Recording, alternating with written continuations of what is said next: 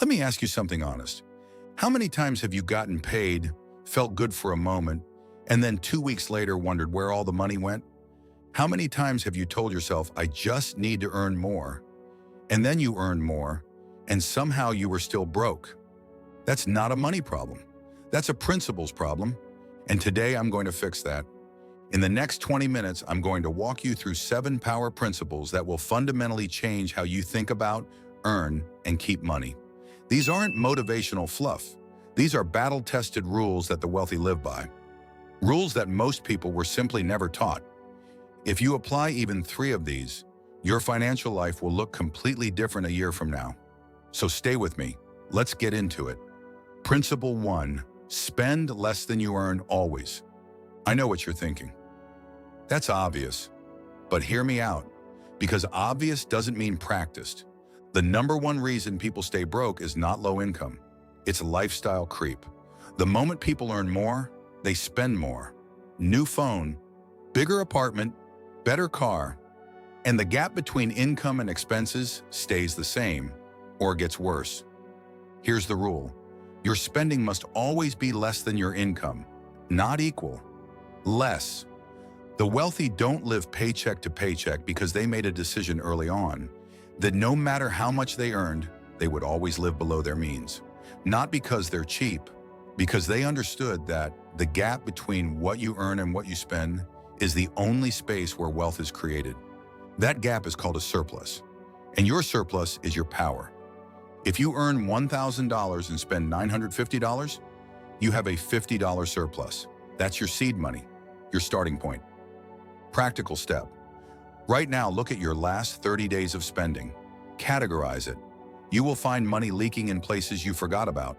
Subscriptions you don't use, food you wasted, impulse purchases you don't even remember making. Plug those leaks first. Before you think about investing, before you think about side hustles, plug the leaks, because it doesn't matter how much water you pour into a bucket with holes in it. Principle 2, pay yourself first. Most people have a saving strategy that goes like this: earn money, pay bills, buy things, enjoy life, and if there's anything left, save it. That's why most people have nothing saved. The wealthy flip this completely.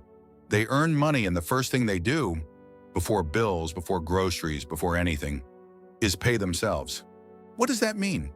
It means the moment money hits your account, a percentage goes immediately into a savings or investment account. Non-negotiable, automatic, gone before you can spend it. This is called paying yourself first. And it works because it removes the decision from the equation. You don't have to rely on discipline or willpower. The system does it for you. Start with 10%. If you can't do 10%, start with 5%. If you can't do 5%, start with 1%. The percentage matters less than the habit. You are training your brain and your lifestyle to function on less than you earn. Set up an automatic transfer the same day your salary hits. Name that account something that means something to you. Freedom Fund, Future Me, whatever keeps you from touching it. Over time, as your income grows, increase the percentage. The goal is to eventually be saving and investing 20 to 30% of everything you earn. This single habit, applied consistently, is responsible for more millionaires than any get-rich-quick strategy ever invented. Principle 3, make your money work for you. Here's a hard truth. If you are only making money when you are working, you are one injury, one job loss, one emergency away from being broke. The wealthy understand something that most people don't. There are 2 ways to make money. You can work for money, trading your time for a paycheck, or you can make money work for you, putting your money into things that generate more money while you sleep. The second way is called passive income, and it is the foundation of lasting wealth. Now, I'm not telling you to quit your job tomorrow. What I'm telling you is that your job income should be the fuel, and that fuel should be used to build engines that run without you. Those engines are called assets. An asset is anything that puts money into your pocket. A rental property, dividend-paying stocks, a business that runs without your daily involvement, digital products, royalties, interest from savings. A liability, on the other hand, takes money out of your pocket. A car loan, credit card debt, an expensive lease. Most broke people spend their money on liabilities and wonder why they can't get ahead. Wealthy people spend their money on assets and watch those assets pay for their lifestyle. The question you need to start asking with every purchase is this: is this an asset or a liability? Is this putting money into my pocket or taking it out? Start small. Open an investment account. Buy one share of a dividend stock. Read one book on real estate. The goal right now is not to get rich. It's to start thinking like someone who eventually will be. Principle 4. Destroy debt strategically. Debt is one of the most powerful forces in personal finance. And like most powerful forces, it can work for you or against you. There is good debt. Debt that is used to acquire assets that grow in value or generate income. A mortgage on a rental property, a loan to start a business. These are investments borrowed money can support. Then there is bad debt. Debt used to fund consumption. Credit card balances carrying 20 to 30% interest. Buy now, pay later purchases on clothes and gadgets. Personal loans for vacations. Bad debt is a wealth killer. Every month you carry a high interest balance. You are paying a tax on being broke. You are paying the bank to stay poor. Here's how to destroy bad debt strategically. First, list every debt you have, the balance, the interest rate, and the minimum payment. Second, choose a strategy. The avalanche method means you attack the highest interest rate debt first. This saves you the most money over time. The snowball method means you attack the smallest balance first. This gives you psychological wins and momentum. Both work. Pick the one you'll actually stick to. Third, while you attack your target debt, pay only minimums on everything else. Put every extra dollar toward the debt you're destroying. Fourth, and this is critical, stop creating new bad debt. Cut the cards if you have to. Delete the shopping apps. Remove your card details from online stores. Make it hard to borrow your way into more trouble. The day you send your last payment on bad debt will be one of the most freeing days of your life. I want you to experience that. Principle 5. Build an emergency fund. This principle is the one people skip, and it's the reason they get thrown back to zero every time they start making progress. Life happens. Car breaks down, medical bill, job loss, family emergency. If you don't have a cushion, every unexpected event becomes a financial crisis. And what do most people do in a crisis? They go into debt, credit cards, loans, borrowing from family, and the cycle starts again. An emergency fund is a savings account, separate from your regular account, that exists only for genuine emergencies, not sales, not opportunities, emergencies. The standard recommendation is 3 to 6 months of living expenses. If your monthly expenses are $1,000, you want $3,000 to $6,000 in this account. Start with a smaller target, $500. That alone will handle most minor emergencies. Then build to $1,000, then 1 month of expenses, work your way up. Keep this money liquid, meaning in a regular savings account or high-yield savings account where you can access it quickly. Don't invest your emergency fund. Its job is stability, not growth. Having this fund changes how you move. You stop making fear-based financial decisions. You stop taking bad loans. You stop staying in bad jobs because you're terrified of what happens if you leave. You have options, and options are what the broke don't have. Build the cushion. It will save you over and over again. Principle 6, invest in your earning power. This is the principle people overlook when they're obsessing over cutting expenses. Yes, spending less is important, but there is a limit to how much you can cut. There is no limit to how much you can earn. Your greatest asset is not your savings account. It is not your car or your house. Your greatest asset is you, your skills, your knowledge, your ability to solve problems that people will pay for. The wealthiest people in the world invest relentlessly in themselves.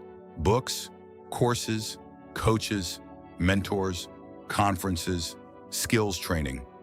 They understand that every dollar invested in their knowledge and ability has the potential to return 10, 20, 100 times. And think about the skills that are highly valuable right now: sales, copywriting, digital marketing, software development, public speaking, financial literacy, project management. Any one of these skills developed seriously can double or triple your income. Ask yourself, what skill, if I spent the next 12 months mastering it, would dramatically increase what I could earn? Then invest in learning that skill. Read books on it. Take courses. Practice it. Find people already doing it and study them.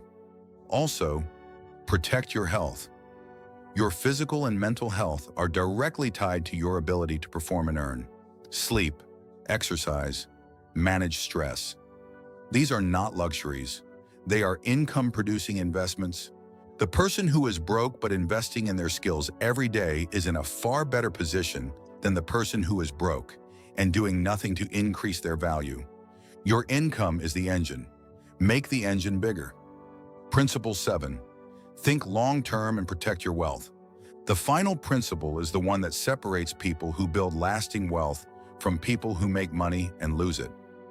Wealthy people think in decades. Broke people think in days.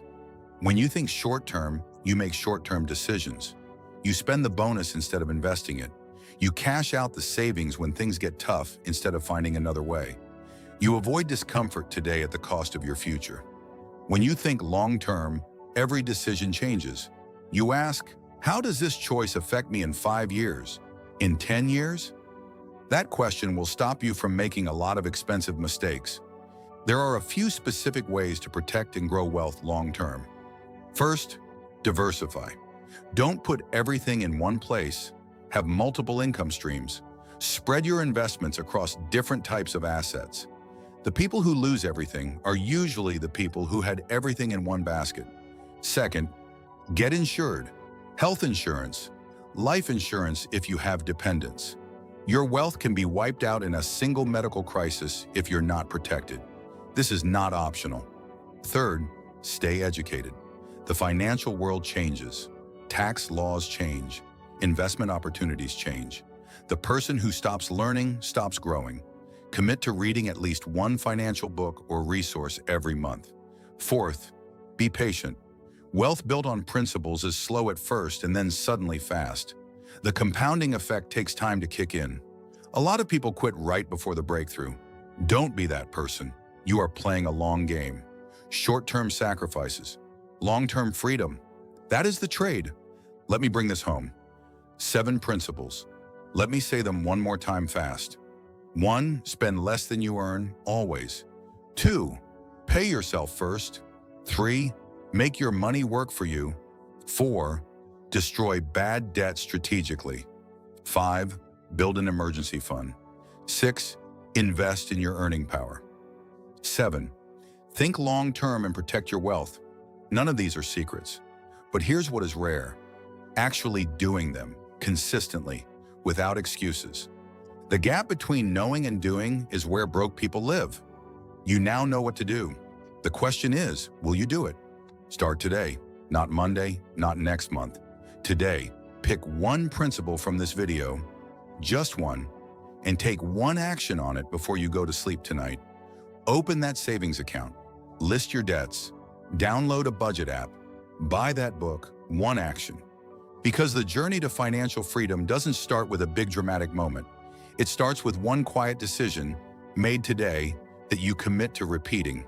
You were not born to be broke. You were born to build something. Now you have the principles to do it.